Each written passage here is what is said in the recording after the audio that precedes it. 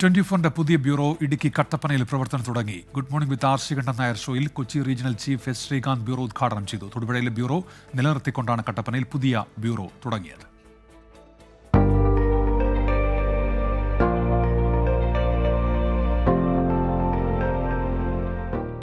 നെ കൂടുതൽ ജനകീയമാക്കുന്നതിന്റെ ഭാഗമായാണ് കട്ടപ്പനയിലെ പുതിയ ബ്യൂറോ.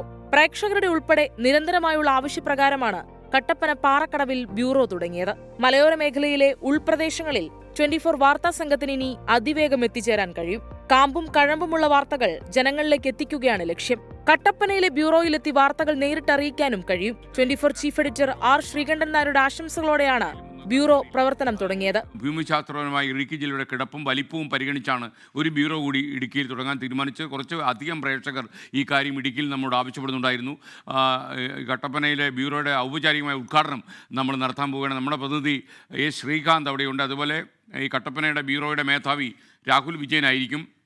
രാഹുൽ വിജയനും അവിടെ ഉണ്ട്. ഞാനിവിടെ നിന്ന് കൈയടിച്ചേക്കാം. ഓക്കെ, എല്ലാവിധ പ്രാർത്ഥനകളും ആശംസകളും ഉണ്ടാവണം.